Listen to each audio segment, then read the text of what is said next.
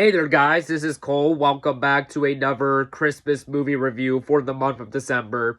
I figured, since I recently reviewed A Christmas Story, I might as well review the sequel to this movie. A Christmas Story Christmas, released on HBO Max in 2022. And, anyways, what is the plot to this movie? Well, the plot of the sequel is as follows. This heartwarming and humor-filled next chapter into Ralphie Parker's tale finds him grown with a family of his own and determined to create an unforgettable Christmas for his kids.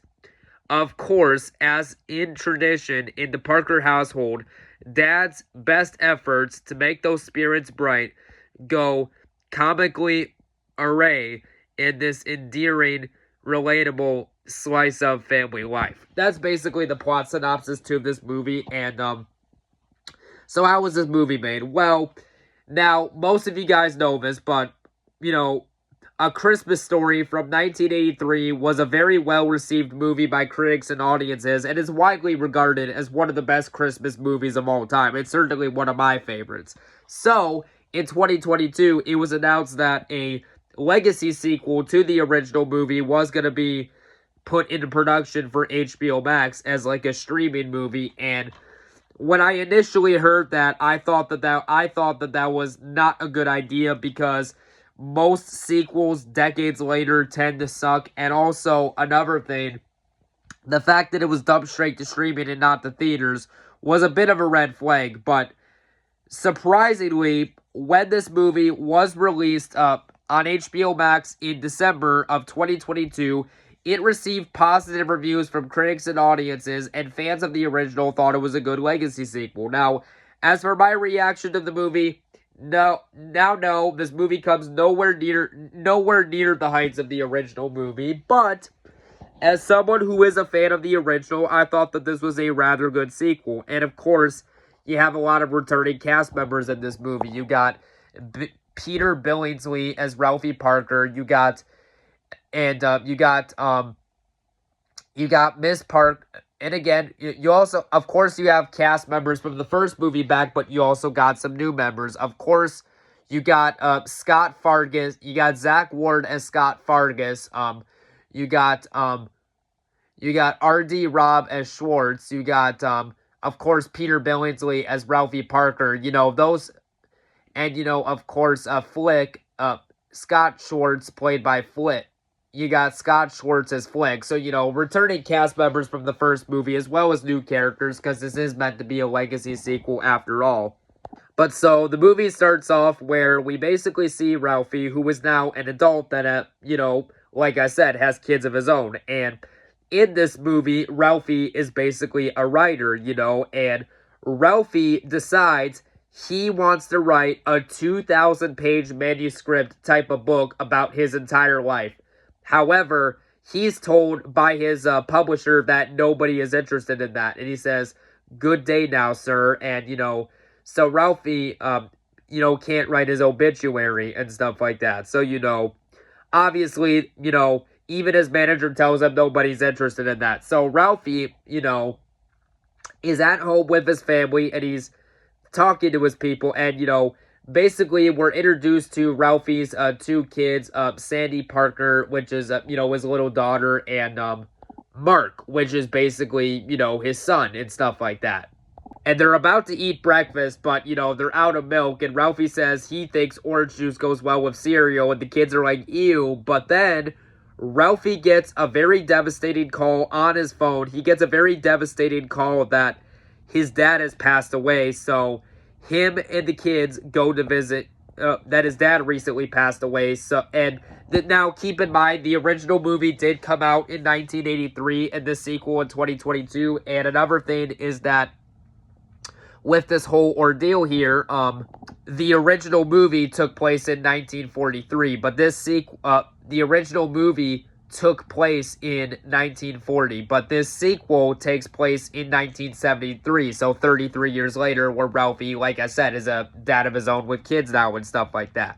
So because of that, Ralphie decides to take his family to his mom's house, of course, the kid's grandma, to basically, because like I said, the dad from the first movie, who is of course played by Darren McGavin, he has passed away. So Ralphie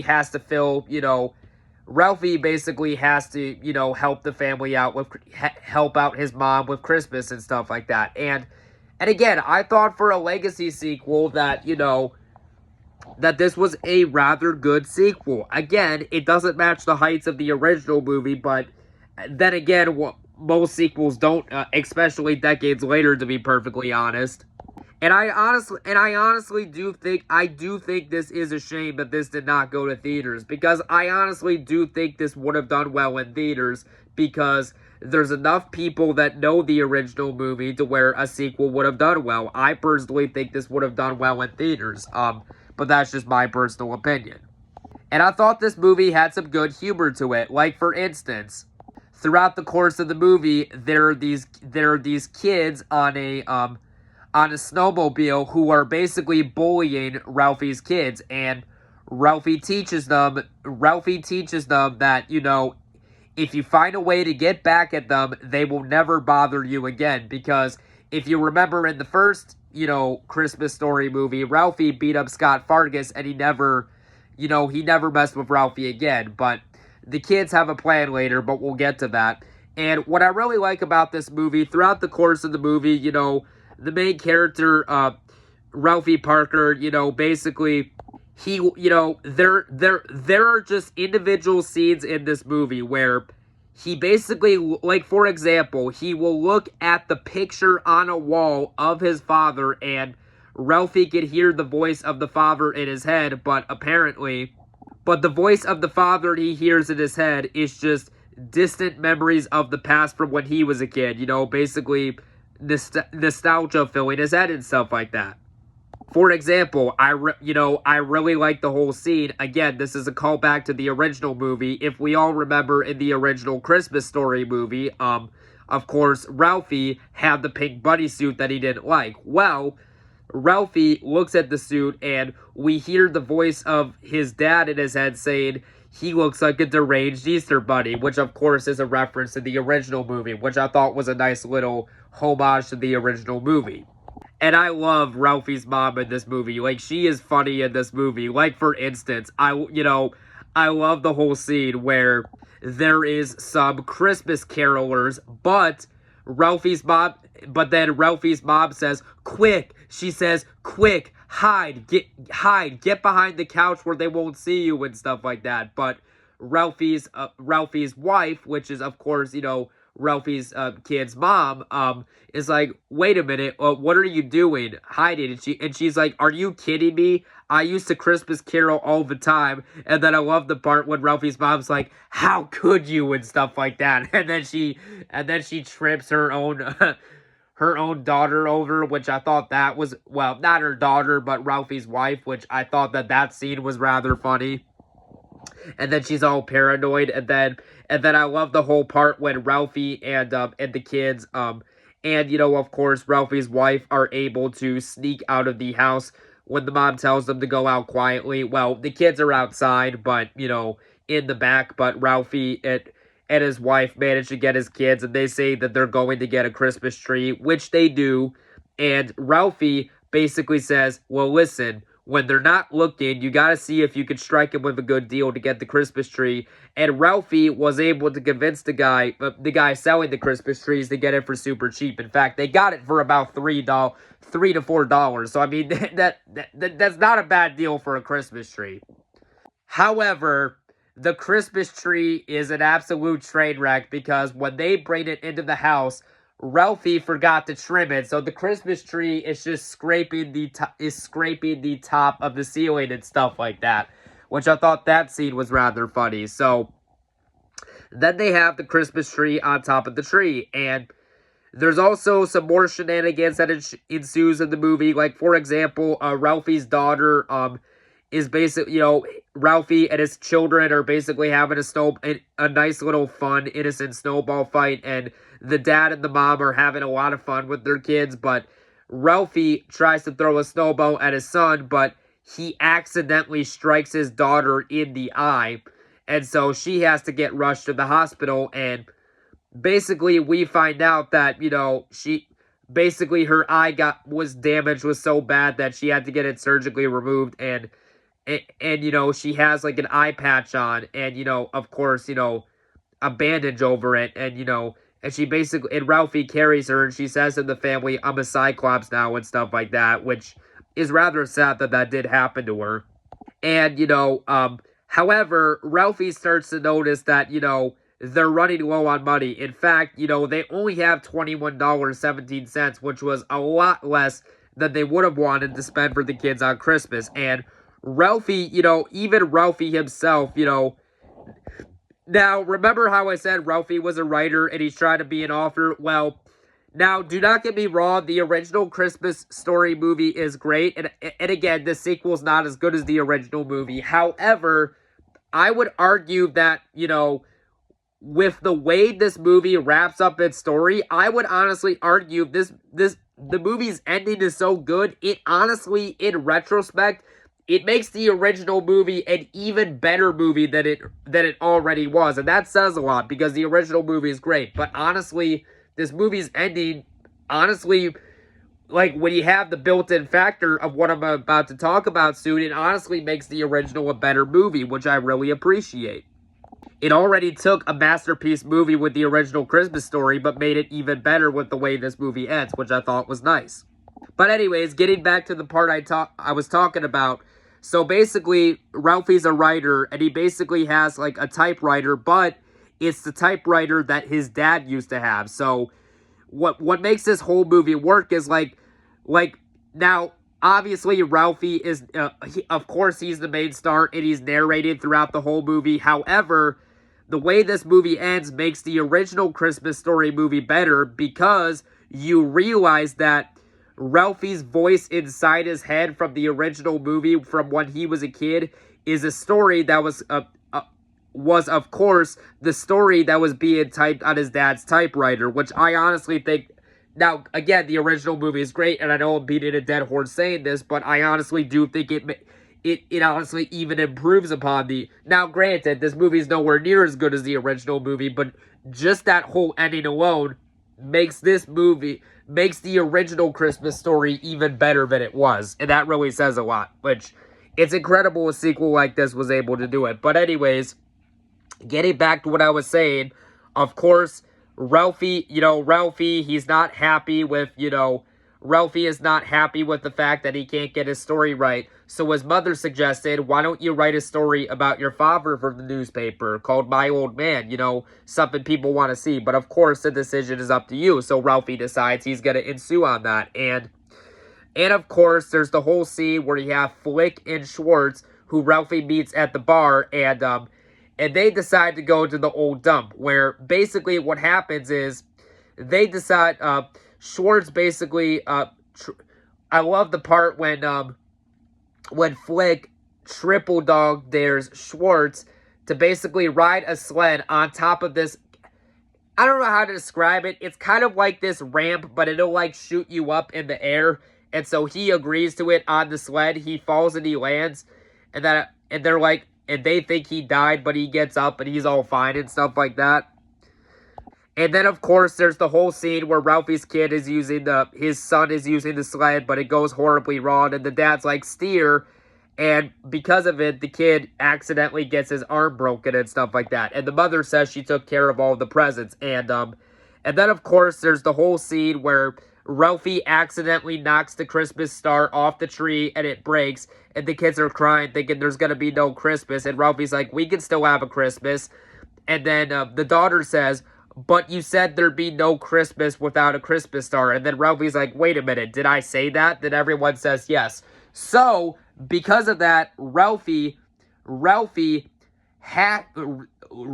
Parker is determined to fix the family Christmas. So what he decides to do is to basically break into the bar owned by Schwartz to get the Christmas star off the tree in there. And, Ralphie comes out of the bar after he broke into it, and Ralphie accidentally broke glass. So, he leaves a note saying he'll pay them and he's sorry for the damage on the glass. And so he comes out, and then we see a police officer telling Ralphie to freeze. And then we eventually realize that this police officer is, of course, Scott Fargus, the bully from the first movie. However, Scott Fargus is driving Ralphie home and stuff like that. And this leads to one of my favorite parts right here, where Ralphie is so scared that he literally thinks the bully's gonna kill him, and I absolutely love the part when Ralphie's like, how is he gonna do it? Is it gonna be the guillotine? Is it gonna be all these ideas and stuff? But then Ralphie stops narrating because Scott Fargus basically asked Ralphie, "Is this your house?" And then Ralphie says yes, and he's like, "Wait a minute, I thought you were a bully." And then so Scott Fargus decides to explain to Ralphie, after you beat the snot out of me all those years ago, I really learned my lesson, and I decided to throw all that garbage behind me and better myself as a person. In fact, now I'm one of the good guys.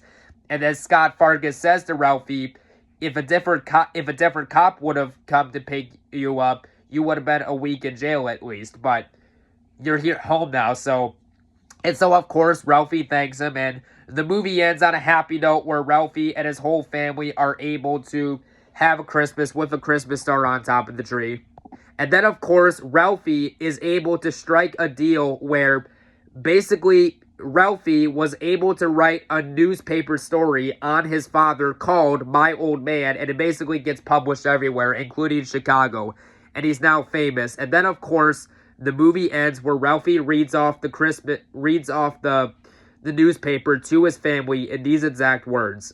Oh, and before I get into it, another thing I forgot to mention, Ralphie's brother Randy, he of course shows up to Christmas, and the whole family show up to Christmas. But let's get back into it.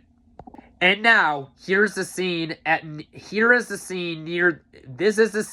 the very end of the movie where Ralphie decides to read off the newspaper story he wrote that got him famous, My Old Man, to his family. And he says in these exact words, My old man just didn't celebrate Christmas.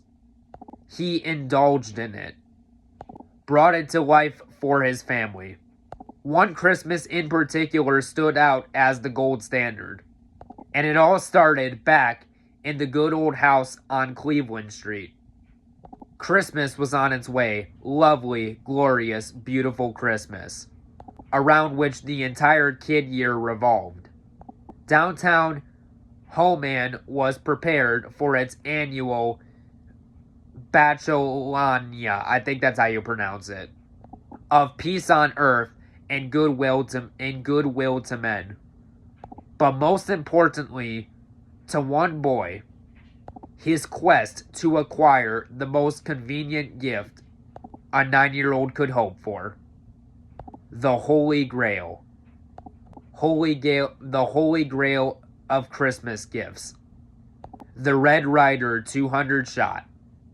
Range model air rifle. And then of course the movie ends where, as Ralphie's reading off his newspaper, we see a flashback to when Ralphie was a kid with his friends running outside in the snow. So yeah, at the end of the day, this was a rather good sequel, and yeah, on a scale of 1 to 10, as a fan of the original, I'm going to give this sequel an 8 out of 10. If you're a fan of the original movie, I would definitely give this a check out. And so yeah, we will talk to you guys real soon now. Bye bye now.